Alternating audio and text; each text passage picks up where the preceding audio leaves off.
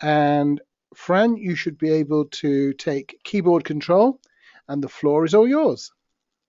Fantastic. Thank you so much, Ray. Well, I'm delighted to be here today to go through some of the thoughts of an organisation of an industry group that is really called the IPA Social Works, and that's what I'm going to focus on today. It's the results of work across this cross-industry body called IPA Social Works. Now, the IPA, for those that haven't come across it before, is the Institute of Practitioners in Advertising. And this group was created from an awareness of the sort of combination of a tremendous growth of resource going into social media. Latest figures are that it's currently taking about $16 billion across social networks alone in 2014, and that represented a sort of 40% increase across 2013 to 14, and that doesn't include lots of other elements of social media cost. But from what we could see a couple of years ago, there seemed to be a dearth of evidence of really robust commercial value emanating from this. We were seeing headlines such as this, social media spending surging by 128%, but CMOs couldn't confidently measure the impact.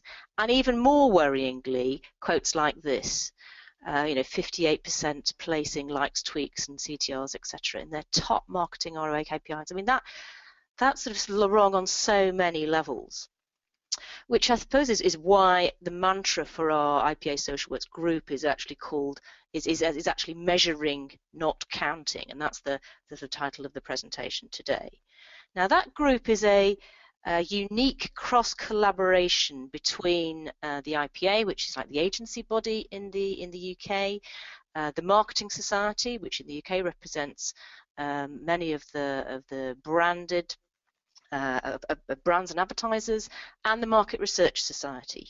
It's supported by Twitter and Facebook and London Business School, but I should point out at this point that Twitter and Facebook don't actually have any directional input into this group, and it is purely a support mechanism.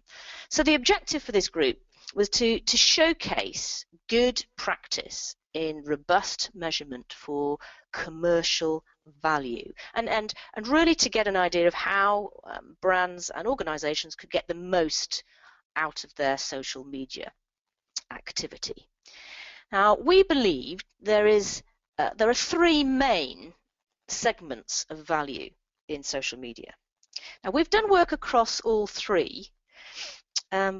these three, which are marketing communications, customer insight, and customer service. But today, I'm going to focus on the marketing communications side, and I'm going to go through 7 key messages that have emerged in the work that we've done over the last couple of years.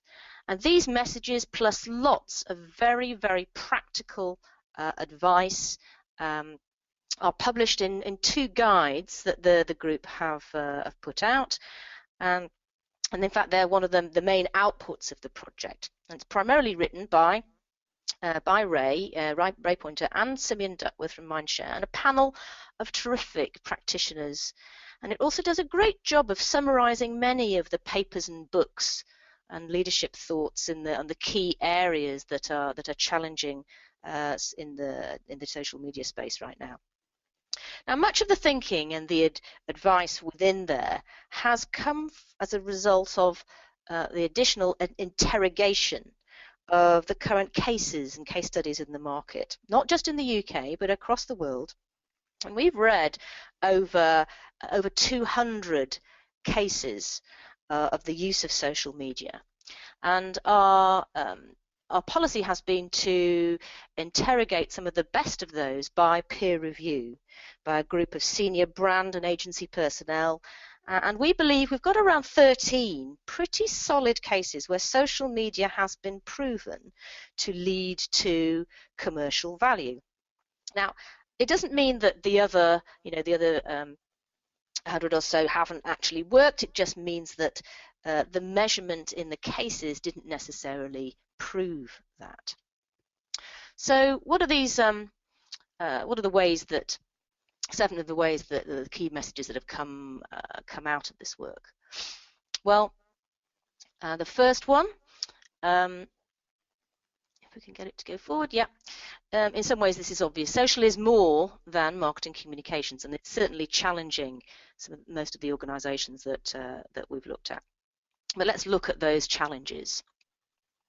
Well, one of the first things that you come across when you're trying to establish how to measure social is that it's plural. If you think about the POEM model, the paid, earned and earned model that is talked about, I mean, the fact is the social can be all three, depending on the objective, depending on the particular campaign you're running. And then you've got the problem of where actually does it sit? Whose department does it come out of anyway? Is it marketing communications? Is it service? Is it HR? Is it operational? And of course, is it insight and research? And next, we've got the issue of defining the activity itself. The social media can actually sit anywhere on this spectrum. It doesn't fit into normal marketing communications, certainly advertising boxes. Doesn't always have a start, a middle, and an end. So it can't be boxed in the normal way. So therefore, obviously all of these providing particular challenges now for brands. And the first example of an organisation that was trying to cope with this plurality that I've got is Transport for London. They're obviously the organisation that offers public transport in the UK capital, but they recognised the potential that there was in social, and the fact is that they decided they needed new structures and training across the entire organisation so that they could talk to customers and then get back the data from customers and use it. So they created new structures, they created links across operation, legal, PR, service departments. They retrained their entire customer service staff. They changed their shift patterns so that they could now be 24/7. And it's a really good example, I think, of how social and digital were at the heart of the digital transformation of that company that actually delivered a much more customer-focused organization. And I think this is something that that social really doesn't often get credit for, is if organizations do take social to heart, they can be a much more customer-focused organization as a result. I mean, key to Transport for London was, in fact, speed of information. I mean, one of their major KPIs is lost customer hours, and you can see from the graphic there, the difference that social made to the speed in terms of returning customer information to them. There's a fantastic case study in the guide which looks at more detail on how they've approached it. But there, it's a really good example. And in the next of these messages is that socialing is changing the way we measure. Obviously, it's now more than a dashboard. Social data it's visible. It's cheap to get. It's often quick and it's often continuous. Let's look at an example of what's happened recently. So many of the audience will remember the Ice Bucket Challenge from last year from ALS, from the charity, or primarily from the ALS charity last year, where you were challenged, you challenged friends and colleagues to throw buckets of water over your head within 24 hours from when they did it themselves. Now, by analysing that data, you could see how that challenge spread across the world. But it could also show us not only what happened, but how it happened, the speed, the geography of that virality. And you can also look at how viral it really was. And interestingly, if you want to get really epidemiological about it, you can compare the spread to disease. And 2 researchers, in fact, from Hong Kong University established that the Ice Bucket Challenge was, in fact, slightly more viral than Ebola, but nothing like as viral. as measles, which was 7 times more viral than the ice bucket challenge. But so let's look at the ways that social is changing how we measure. So we've got new types of data now. It's not just what, but it's how and why.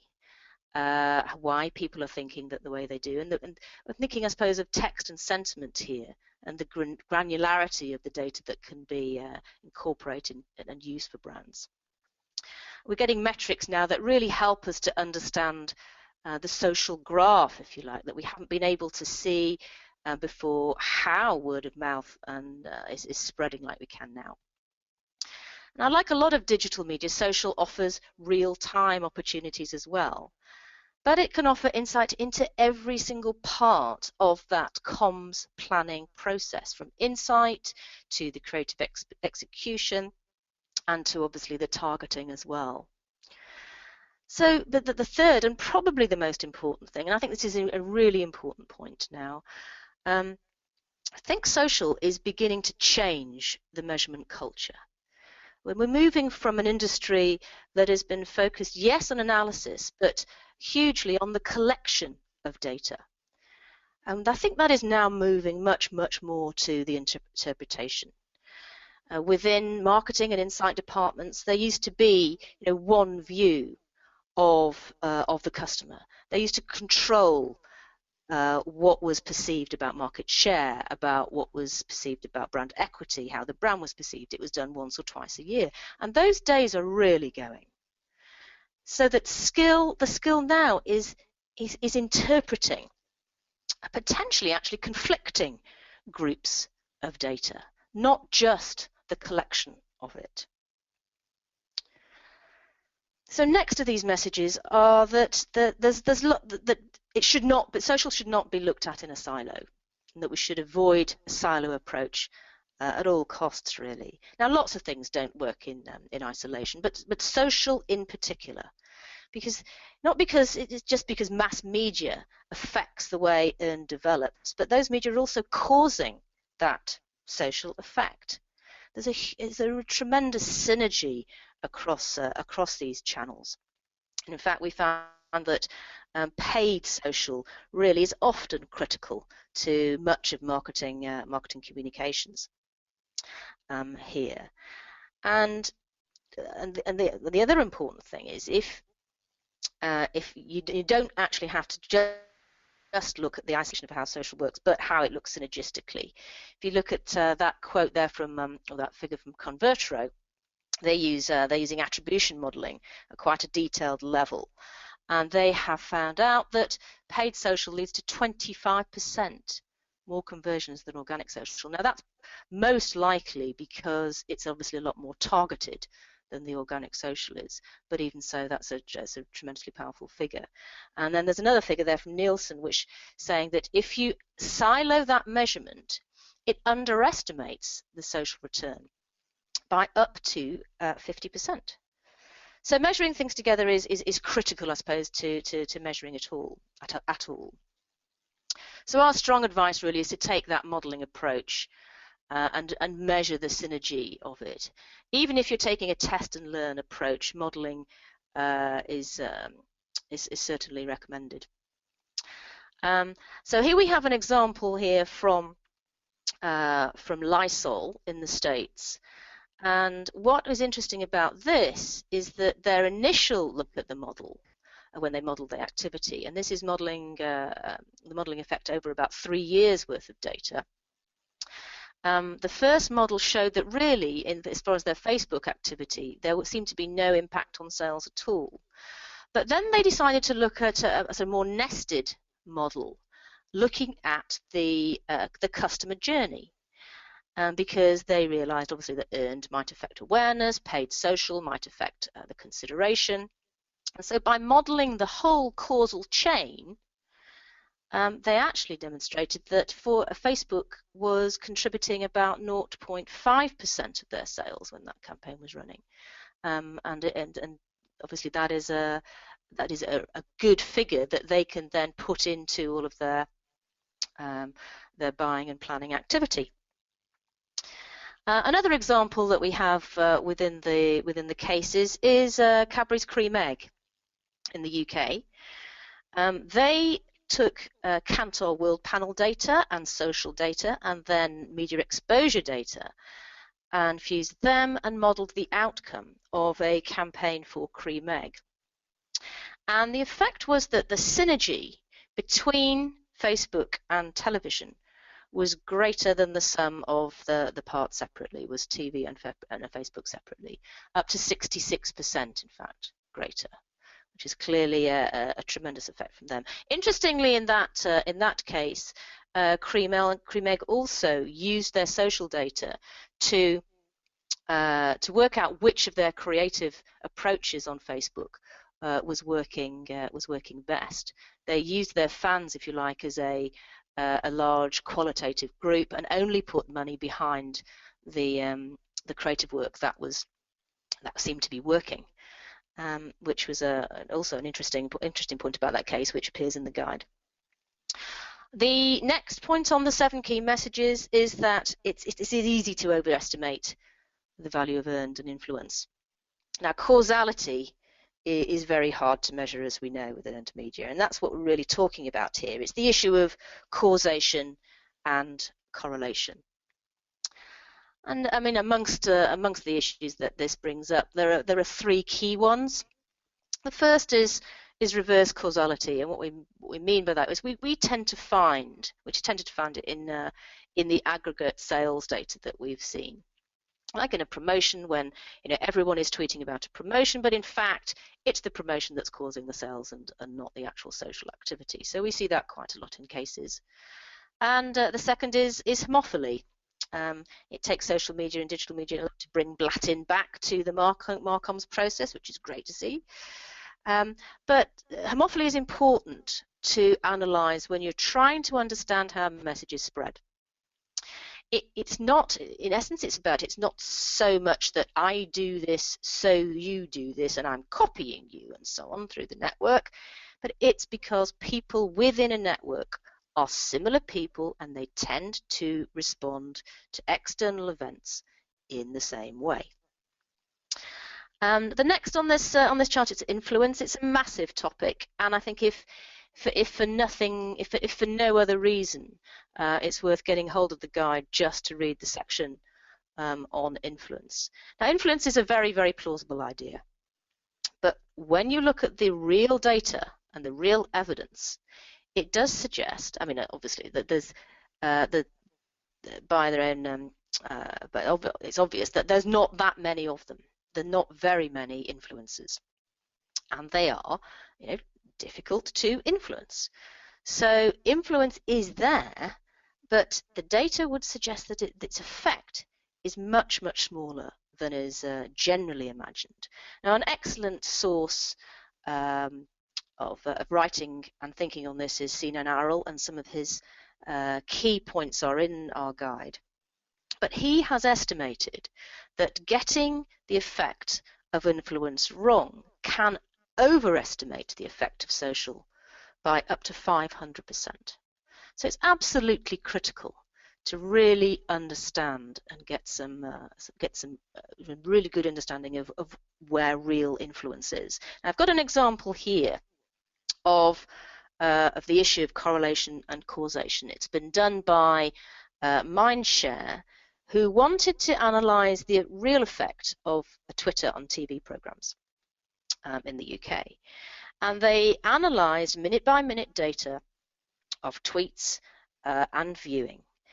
And what it demonstrates is that what they wanted to find out was how much of the viewing was being caused by tweets and how much it wasn't. So here we have a good example of the difference between causation and correlation. When they looked at the data, it seemed that 51% of programs had been affected, but when the data was looked at in much more granularity, the true percentage was 11. Now, frankly, I think 11% is still a pretty high figure, but it's certainly not the 51% that the initial data would have suggested. In fact, the incremental audience that it seemed to be generating was around 1 to 2%, which for many TV channels would be very, very happy to take. But looking at the data in granular detail is really, really important. So what do you do about this causation correlation issue?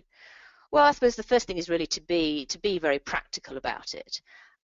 What we would like to recommend to brands is to do a lot more testing and learning.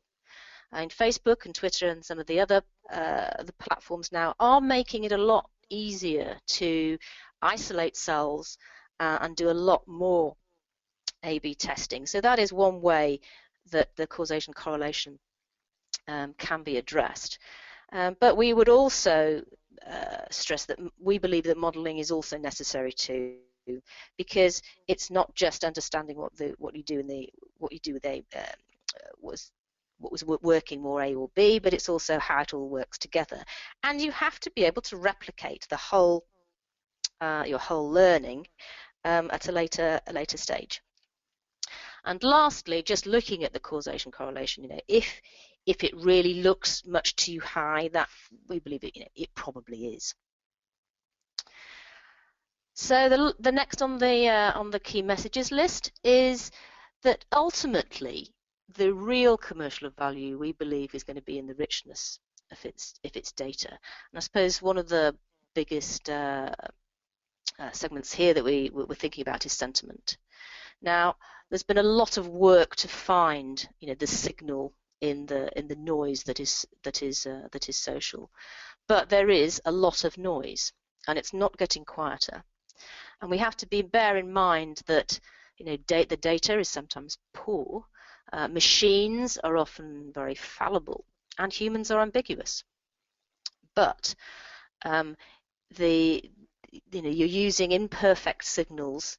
But if we do the modeling properly, they can be predictive. And we're now seeing more and more of that social being used in predictive models and linking across metrics. And this is another reason why interpretation is key.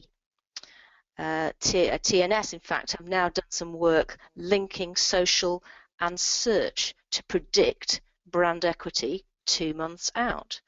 So that is obviously incredibly useful if you're looking for early warning signals about something that's happening on your brand. Second in the richness of the social data is obviously the granularity, first-party data, and the combination of that with addressable media to target rich experiences for customers. And we think that this is going to be increasingly valuable and increasingly important. And the value exchange between the customer and the brand will improve as long as there is a decent value exchange there. What we have seen, particularly in the B2B area, we've got some good examples already of the isolation of customers in the early stages by social listening. They're looking at customers in the early stages of B2B purchase and targeting of appropriate content to them that delivered some really excellent results. In some ways, the effect within the B2B market is particularly spectacular, and many would believe that social is the new norm in sales and B2B. So next on our 7 key messages list is social can learn from traditional planning.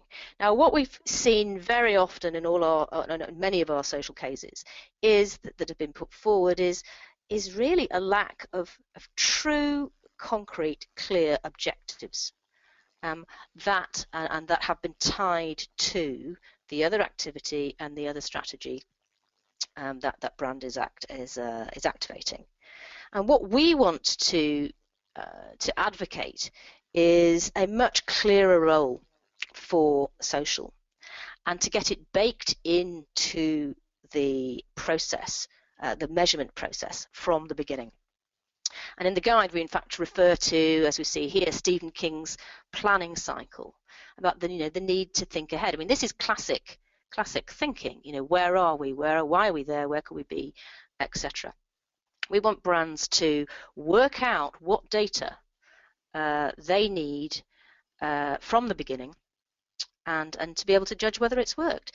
Have a role and a purpose for social. We want it to do this. We think it will work like this. We will know whether it did by looking at these metrics. It's classic thinking, but there's the benefit also that there's the real-time aspect to optimize the activity, maximize its effect as you go, but keeping in mind the whole objective as you go along. So an example of an organisation and a company that's done this is ASB. ASB is a New Zealand bank, and they were in a very, very competitive market, which is characterised by essentially bribing new customers with phones and tablets and things like that. But they wanted to focus particularly on the home loan market. But what I like about this case is it had some very, very clear business and marketing objectives from the beginning. They wanted to convert their social media into a revenue generator, something that many, many organizations want to do as well. And they wanted to create a database of leads. The marketing objectives, I won't go through, they're just there, but they had very, very clear objectives from the outset. So for their strategy, they, like many organizations, they wanted to generate likes, but they had a very specific strategy for wanting to do that, which we'll go on to. So they examined why customers and users might like a brand. We like brands that offers to give us access to benefits. We share things that might benefit others, that create social capital for us. Sometimes the measurement for this is that it's social related. It's not sometimes just for entertainment, etc. The best practice showed that brands should focus on rewarding customers with relevant product benefits, not just freebies. And it sacrificed something that, if a brand sacrificed something of its own, it got more respect, etc. So they created an idea that ticked all of these boxes, which was that every time a visitor clicked on the special site, the loan rate was actually lowered. And they created a number of fantastic visual assets like these here. I won't go through the huge detail of the campaign structure, but in essence it ran over 4 consecutive Wednesdays, and at the end of the Wednesday, one of the lucky entrants would then get the loan rate that was achieved at the end of the day. This has been running for now a couple of years. And the success of it is fantastic. They created 11,555 non-customer relationships, but they'd managed to convert 229 of them to actual home loans. Now, if you then take the return on that, the way you do it is you establish the value of a home loan, you work out what the interest rate, and I can tell you that the revenue generated was in the millions and millions of dollars. So it's a really, really good example of, it's essentially a sales promotion done through social, but they had very good objectives, very clear strategy, and they measured the outcome at the end. And obviously this is then a picture of the winners, and of course they then thanked everybody taking part and told them when the next one was, etc., and the encouragement to play again, also linked to the rest of their social activity. So what is the last of our 7 key messages? Is that even short-term results need a long-term context. Now, much of the work that's been done in this, one of the key documents on this is the long and the short of it, done by the guys at DDB, Les Burnett and Peter Field, and from some of that work and other work done across the world, we know that the major drivers of sustainable revenue, such as maintaining brand equity for price premiums, etc., are in the long term. And by long term, we don't mean just an aggregation of short-term effects.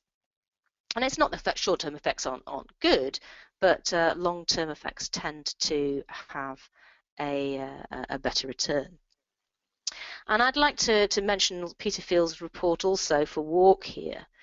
Now that the report Seriously Social that he wrote, I mean, it tends to focus on what types of campaign tend to be working, but it also mentioned this point about that social could have a much better long-term brand building effect than was in evidence at the moment. And at the moment, it tends to be used for short-term activation, but that it is potentially doing it a disservice. And so, whilst whilst short-term campaigns can still work, we do urge brands to think of it in the long-term context. So that's a sort of whiz through our sort of 7 key messages. I suppose in a nutshell, if I had to summarize it in one line, it was, if organizers want to measure but not just count, they need to think of social as part of the broader marketing ecosystem.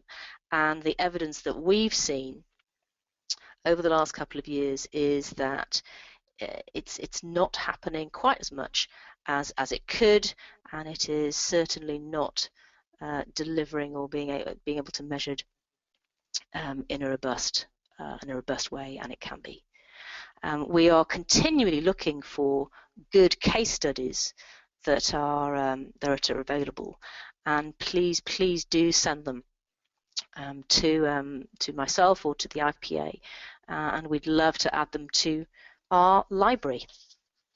Our work is ongoing, and we're looking for maybe another iteration of our guide, maybe in the next 6 months to a year. Thank you very much indeed.